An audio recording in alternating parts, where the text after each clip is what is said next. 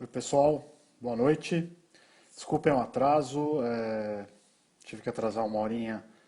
A transmissão estava prevista para começar às 9 por uns problemas técnicos, mas agora estamos aqui para falar mais uma vez sobre a crise política, porque parece que é o único assunto que esse país tem ultimamente.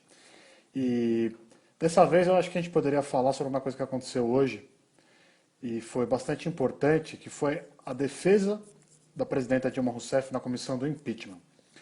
Esse é um passo muito importante para esse processo, porque hoje a gente ficou sabendo quais são os argumentos para a presidenta se defender. Então, acho que a gente pode explorar esse tema hoje. Como sempre, se vocês tiverem perguntas, mandem, que eu as estou vendo aqui diretamente na minha telinha do celular. E, enfim, vamos começar então. Bom, o que aconteceu hoje? Hoje, a comissão do impeachment ouviu o advogado-geral da União, que é o José Eduardo Cardoso, que fez a defesa da presidenta Dilma. Ela teve direito a se defender, o impeachment prevê isso. O José Eduardo Cardoso apresentou os argumentos, entregou um documento de mais de 200 páginas para a comissão do impeachment, para o presidente da comissão do impeachment, e ele expôs nessa sessão tudo o que a presidenta diz né, que usou como sua defesa. As coisas principais que a gente tem que saber sobre isso são as seguintes. Uma coisa que a gente já sabia, né?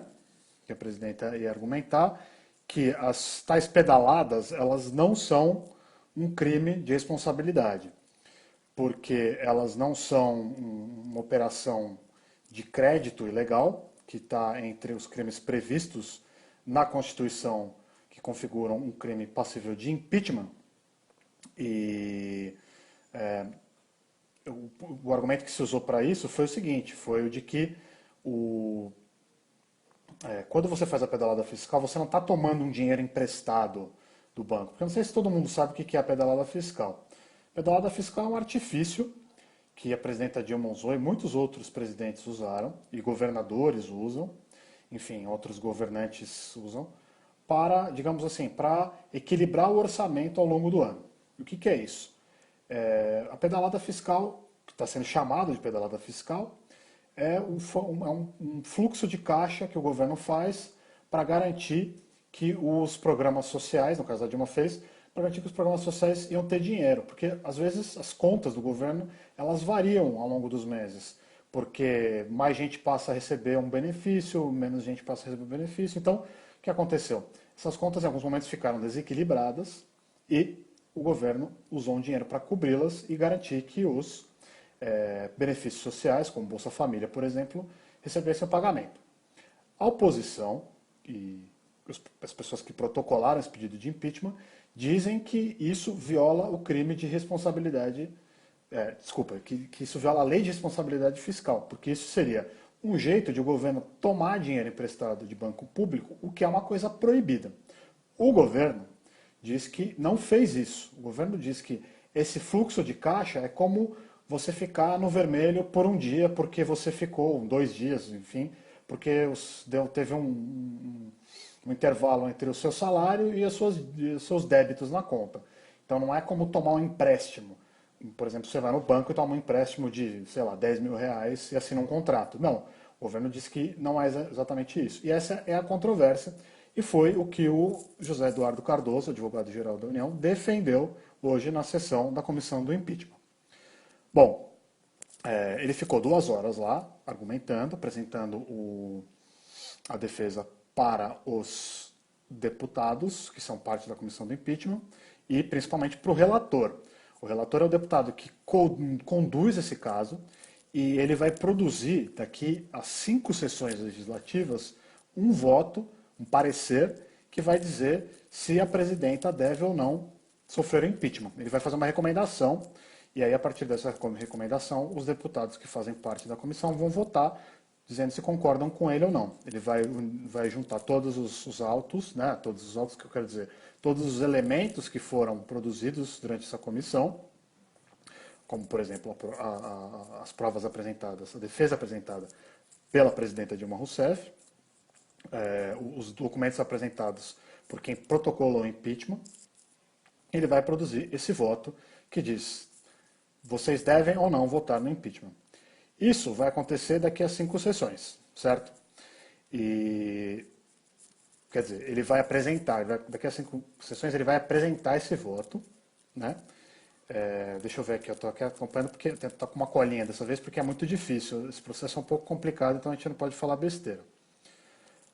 Bom, depois que ele publica esse parecer, daqui a 5 sessões dessa comissão, esse voto vai ser publicado no Diário Oficial e se a comissão, desculpa, falei uma coisa antes, tem uma coisa antes.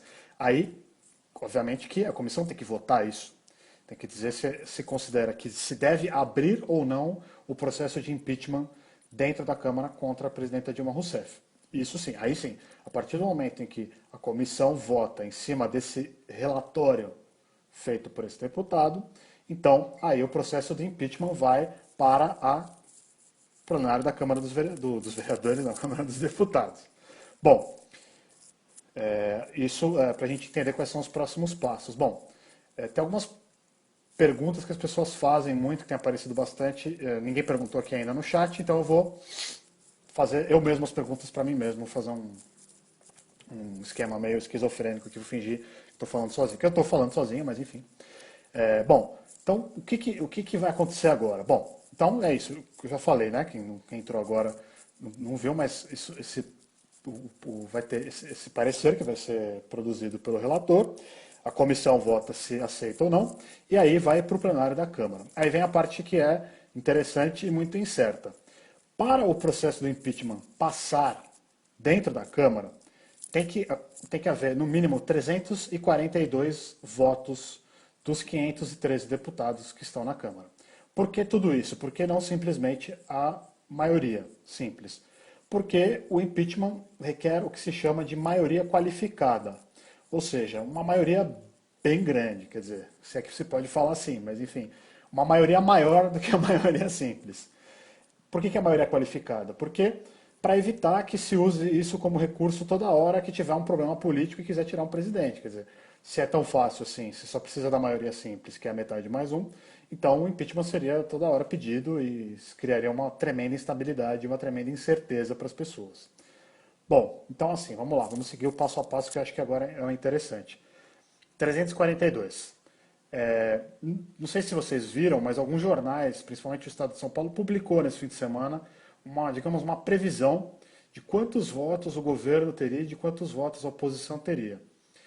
Dá para acreditar nisso? Olha, isso é uma estimativa. A gente nunca pode achar que o número está certo, porque é um processo tão maluco e tão incerto que realmente não dá para confiar. Claro, o jornal não está querendo mentir de propósito, enfim, eles devem ter feito algumas sondagens, mas tem tanta coisa para acontecer ainda que é melhor não se fiar muito nesses números, não acreditar totalmente neles. Quer dizer, o melhor é prestar atenção no processo todo e ver o que está acontecendo. Então, não se sabe ainda, essa é a questão, não se sabe quantos votos cada lado tem, não se sabe o que vai precisar ser feito para convencer os indecisos. Isso é muito incerto ainda, essa luta está muito em aberto.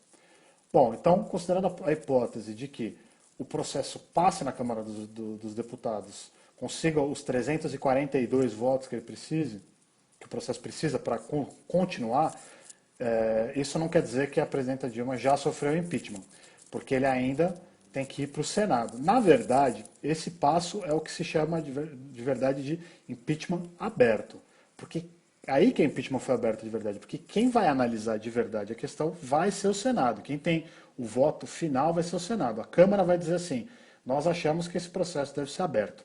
Uma vez aberto, aí sim ele vai para o Senado. O Senado,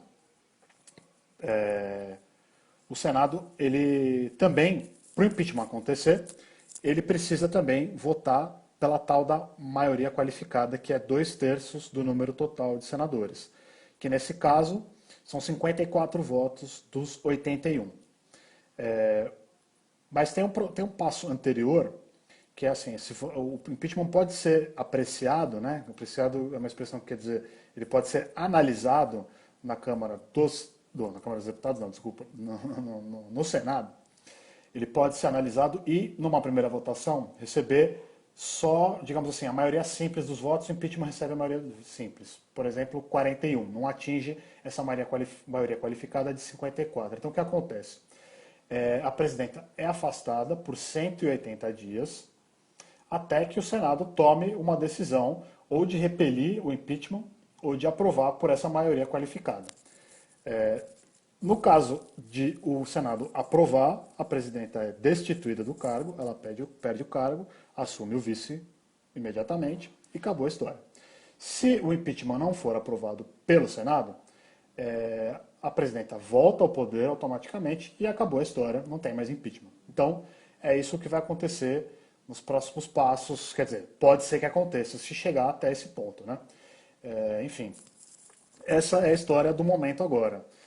Não sei se alguém tem uma pergunta, eu estou vendo que tem bastante gente online, já se alguém tiver uma pergunta pode mandar. A gente pode falar um pouco também, né, olha lá, vamos lá, quanto tempo isso vai demorar para acontecer? Isso vai demorar um certo tempo para acontecer, é um pouco imprevisível o tempo, mas a gente sabe que o presidente da Câmara, o deputado Eduardo Cunha, ele quer que, por exemplo, a votação pela abertura ou não do impeachment na Câmara dos Deputados, que é aquela dos 342, aconteça no dia 17 de abril, ou seja, está bem perto. Mas esse processo pode se alongar bastante, porque ainda tem o Senado, porque ainda tem a comissão. Os deputados ainda podem pedir vistas, nesse momento que a gente está agora. O que é pedir vistas?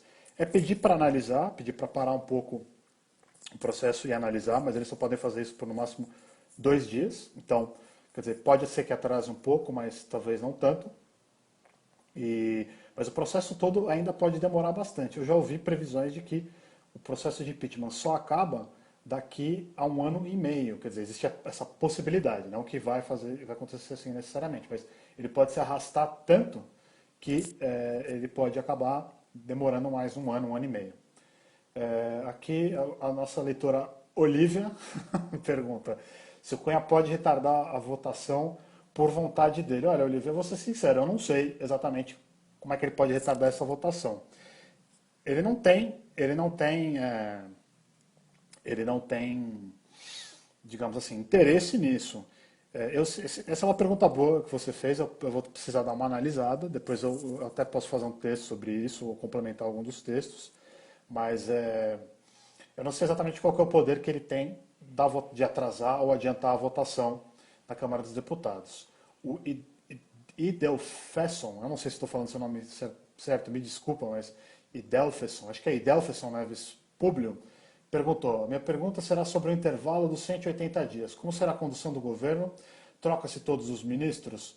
Olha, Idelfesson, eu não sei exatamente quais são os poderes que o vice tem. Eu acho que ele não trocaria todos os ministros, porque pode ser que a presidenta volte, mas teoricamente o vice tem o poder de fazer isso. Ele vai estar em pleno exercício do mandato, enquanto a presidente fica afastada, então, teoricamente, sim, ele poderia trocar os ministros. Se vocês quiserem fazer mais pergunta, estamos aqui prontos. Deixa eu ver aqui se eu, na minha pauta, que dessa vez eu fiz pauta, se tem mais alguma coisa aqui para 5 sessões que vai acontecer agora. Na minha pauta eu já falei tudo, foi bem breve a minha pauta. Talvez na próxima vez o aprendizado é fazer uma pauta maior. Mas vamos ver, como saber, vamos lá. O que mais, gente? Vocês têm mais alguma dúvida? Porque o grande assunto do dia foi esse hoje, né? Foi a defesa do José Eduardo Cardoso. Teve até uma votação antes dessa, na própria comissão do impeachment, que era para saber se o José Eduardo Cardoso poderia defender a presidenta Dilma, porque ele é advogado-geral da União e eles estavam tentando decidir entre eles, né, os deputados membros da comissão, se isso era uma coisa que era possível, porque alguns estavam se baseando no caso do Collor, em 92, que a defesa dele foi feita por advogados, não pelo advogado-geral da União, advogados, digamos assim, contratados. A comissão entendeu que a presidenta Dilma poderia usar o advogado-geral da União, que realmente tem essa função, defender o governo em casos em que o governo está sendo, em que ele é réu. Enfim, então ele apresentou a defesa dele. A Olivia Pedro Rodrigues pergunta se o impeachment é golpe. Na semana passada eu já falei um pouco sobre isso, mas acho que vale a pena repetir o raciocínio. Bom, vamos lá. Tem gente que acha que é golpe o impeachment, tem gente que acha que não é. Eu vou explicar os dois lados. Quem acha que não é golpe diz o seguinte: não é golpe porque impeachment é uma coisa que está prevista na Constituição. Está mesmo. O impeachment ele serve para retirar um presidente que cometeu, entre outras coisas, os tais crimes de responsabilidade. Existem várias coisas que estão previstas na Constituição que podem levar um presidente a ser processado justamente no impeachment.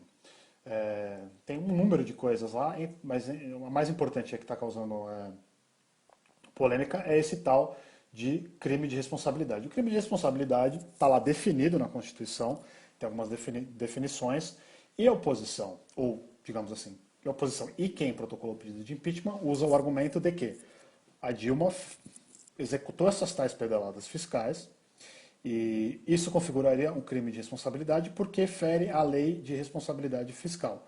Porque a Dilma teria, como eu já disse no começo da transmissão, teria feito empréstimo com bancos públicos, teria pegado empréstimo, crédito de bancos públicos, e isso é proibido por lei. Teria feito isso para maquiar um déficit, uma dívida, um desequilíbrio no orçamento. Esse é o argumento principal do pedido de impeachment que está sendo analisado agora. Por que dizem que é golpe? Porque quem defende que é golpe diz que isso que a presidenta Dilma fez não se configura na crime de responsabilidade. Por quê? Porque o seguinte, essas operações que a presidenta Dilma fez não são crédito. Ela não tomou dinheiro emprestado, elas são apenas, como eu já disse, um vermelho temporário nas contas do governo. Outra coisa é a seguinte, essa operação já foi usada por outros governos, já foi usada pelos governos do Lula, pelos governos do Fernando Henrique e pelos governos do Sarney. Entre outros, os governadores também usam desse artifício, em vários estados do Brasil. Então o raciocínio isso é uma coisa que é usada, isso é uma coisa que é aceita pelo Tribunal de Contas da União, eu já vou explicar o que é isso.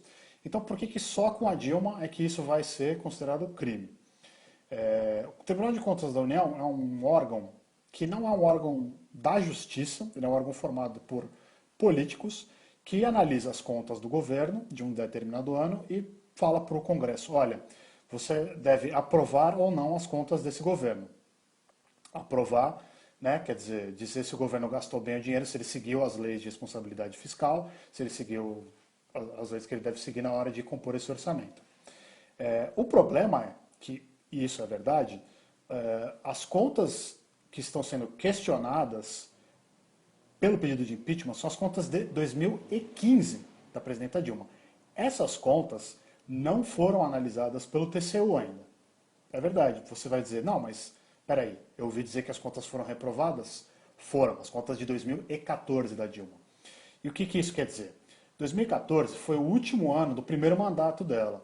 Um presidente não pode responder por um crime relativo a um mandato anterior, no caso de ser considerado um crime. Então, quer dizer, o que o pessoal do governo e quem afirma que é golpe diz é que é isso. Eles estão usando uma desculpa, porque esse orçamento de 2015 ainda nem foi apreciado pelo TCU, o TCU ainda nem disse se está errado ou não o que a presidenta Dilma fez no ano passado, em 2015, e já estão querendo falar que a Dilma fez isso, fez aquilo, e estão querendo tirar a presidenta. Isso seria uma desculpa, por que eles estariam fazendo isso? Seria uma desculpa para tirar a Dilma do poder, porque eles perderam a eleição em 2014 e não esperavam isso, e, enfim, porque a oposição realmente está muito satisfeita com o governo, tem muita gente satisfeita com o governo no Brasil, porque a economia não está indo bem, enfim. Então, quem defende a tese do golpe diz que é isso, é uma tentativa de tirar a Dilma do poder sem ter um motivo para isso e só porque não conseguiu ganhar a última eleição. Quem está certo nessa história? Bom, aí é difícil de dizer. Se você olhar as discussões que estão acontecendo nos jornais, enfim, não tem consenso. Tem juristas que acham que essa tese das pedaladas fiscais vale, tem jurista que acha que não vale.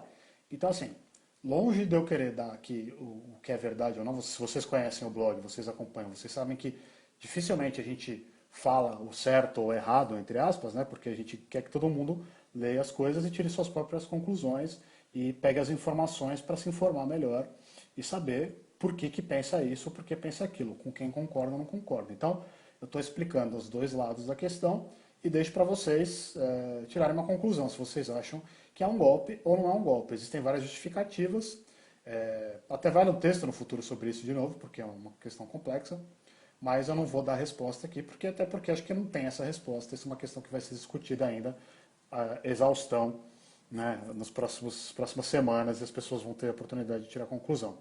A Nara Azarino, que é uma outra leitora aqui do blog, pergunta: na defesa, o advogado da União disse que as acusações de 2014 são inconstitucionais. Como fica? Não poderiam ser consideradas então? Nara, eu acho que eu respondi a questão já, né? A acusação da pedalada, a pedalada que foi realmente, entre aspas, digamos, comprovada é de 2014. E a presidenta Dilma não pode ser julgada por crimes cometidos no mandato anterior, supostos crimes, vamos dizer assim.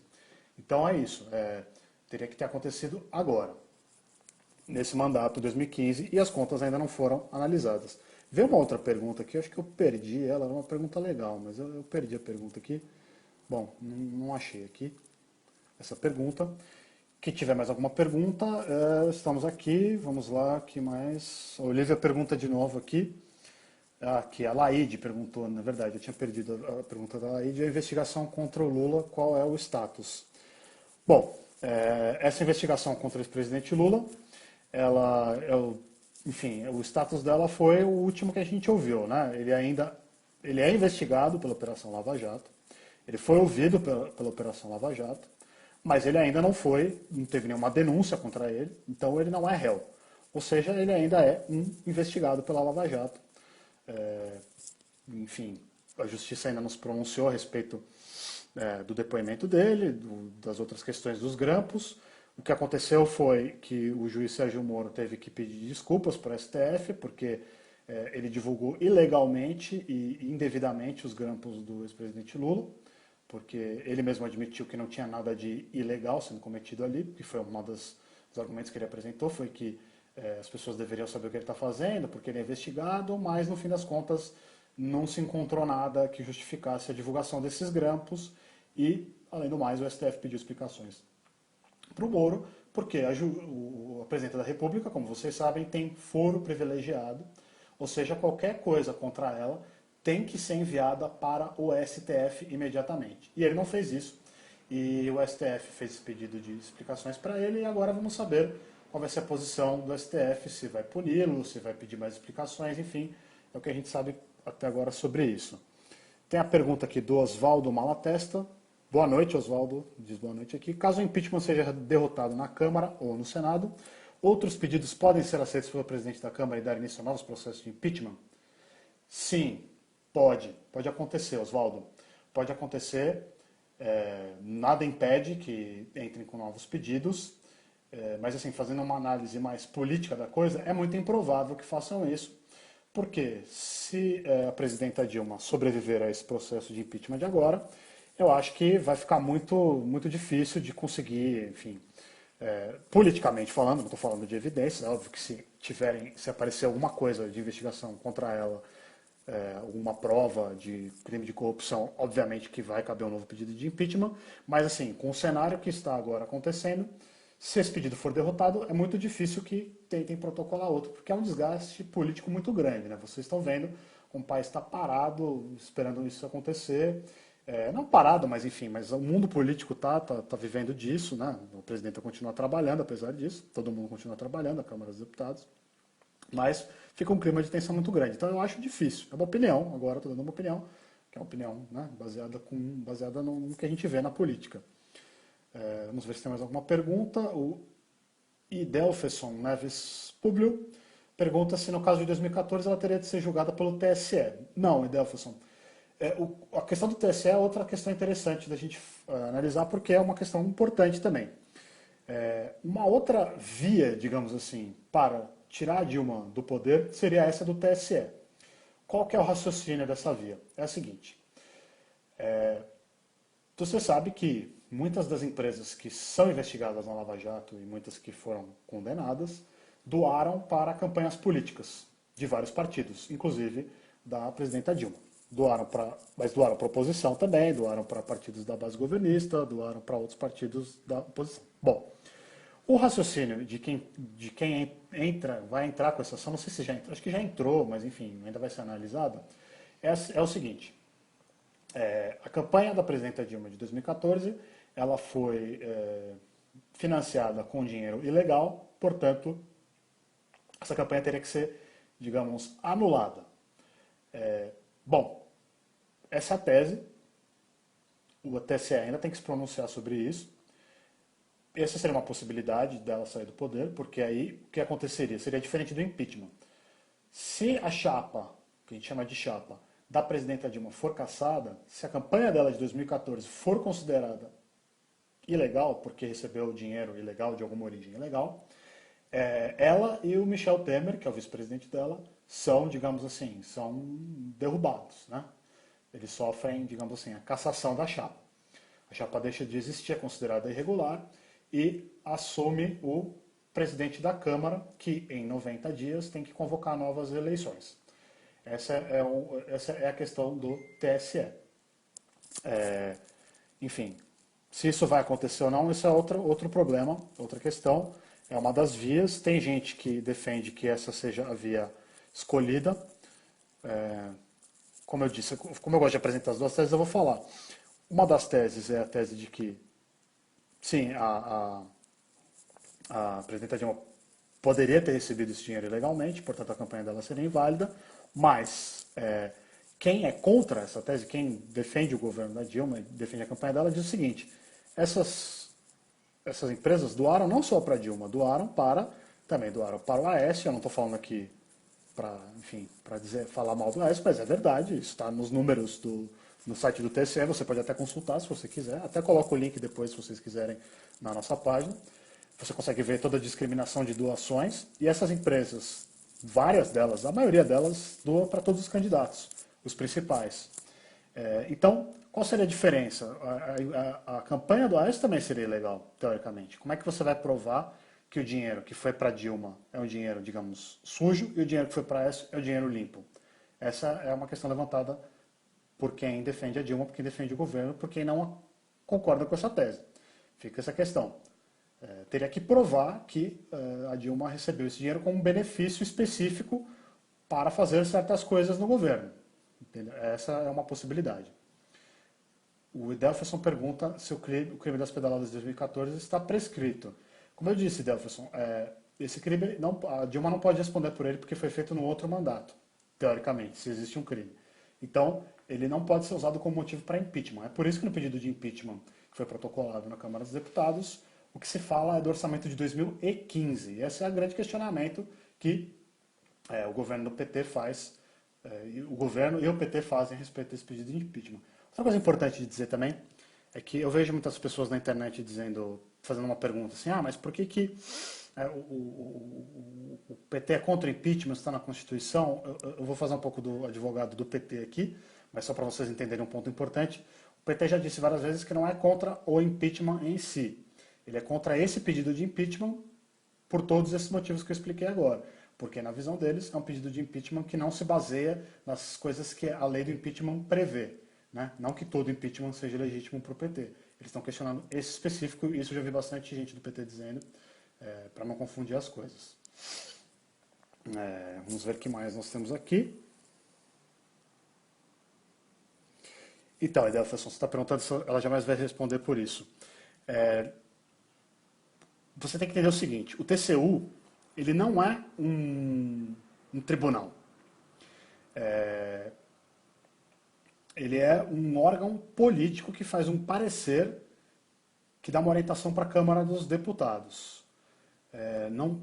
Teoricamente não tem um crime aí, não é um crime exatamente no sentido judicial da palavra. Digamos assim, é um desvio, é uma não cumprimento de regras que foram acordadas anteriormente. Teoricamente, eu não sei, aí eu já vou dizer para você, eu não sei se alguém poderia levar esse caso de 2014, por exemplo, para o Supremo para tentar punir a presidenta. Eu realmente não sei. O que eu sei é que nesse caso do pedido de impeachment, ele não pode ser considerado porque é do mandato anterior. Se essa questão das contas de 2014 podem ou não ser julgadas em outro nível, aí eu já não sei te dizer. Mas no caso do impeachment, ele não pode ser considerado como digamos assim, como um fator para pedir impeachment da presidenta Dilma. Bom, pessoal, já estamos chegando em meia hora, que é o nosso prazo, né, também para não ficar muito chato. Se ninguém tiver mais nenhuma pergunta, eu acho que nós poderemos encerrar por hoje. Eu também sempre lembro para vocês que vocês podem mandar perguntas para o Me Explica a semana inteira. Podem mandar pelo Twitter, @blogmeexplica, na nossa página do Facebook, que é onde vocês estão nos assistindo agora, www.meexplica.com. E, enfim, nós sempre atendemos nossos leitores, conversamos, gostamos de saber o que vocês estão pensando, gostamos de saber se nós estamos pendendo muito para um lado, pendendo muito para o outro. Isso é sempre bom de receber esse feedback de vocês, essas respostas de vocês. Bom, acho que o pessoal já está satisfeito por hoje. Agradeço a todo mundo que ficou online aqui hoje. De novo, www.meexplica.com. Nós pretendemos fazer mais um áudio essa semana, porque nós ficamos sem fazer áudio na semana passada. Vamos mandar para o WhatsApp para os nossos assinantes. E para quem assina no iTunes também procure lá, Me Explica, quem tem iPad, iPod, iPhone, procure lá, porque o Me Explica está lá como podcast, você pode recebê-lo no seu celular quando ele estiver atualizado. Tá bom, gente? Obrigado, boa noite mais uma vez e até a semana que vem.